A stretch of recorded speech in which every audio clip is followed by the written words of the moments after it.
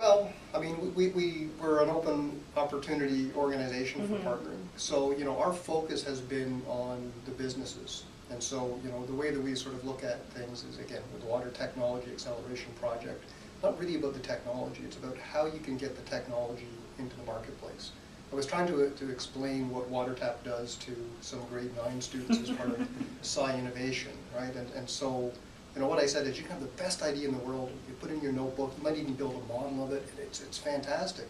But society doesn't get any benefit from it unless it's implemented somewhere, right? So unless people are actually willing to pay for that typically, to put it into a system and get use out of it, it's not going to happen. So because our focus has been on the businesses, it's sort of like, what do the businesses need?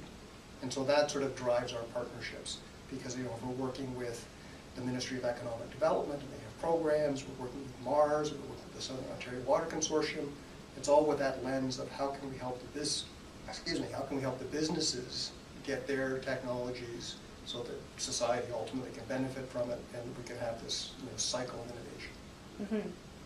Thank you. No, and that's really, I guess, interesting that you bring that up, because we're on Partners in Project Green looking to implement and start some sort of program around a water technology showcase that would aim to do sort of something similar, and looking at, I guess, the end user needs and matching them up. Have there been any sort of key challenges or takeaways from that process, or?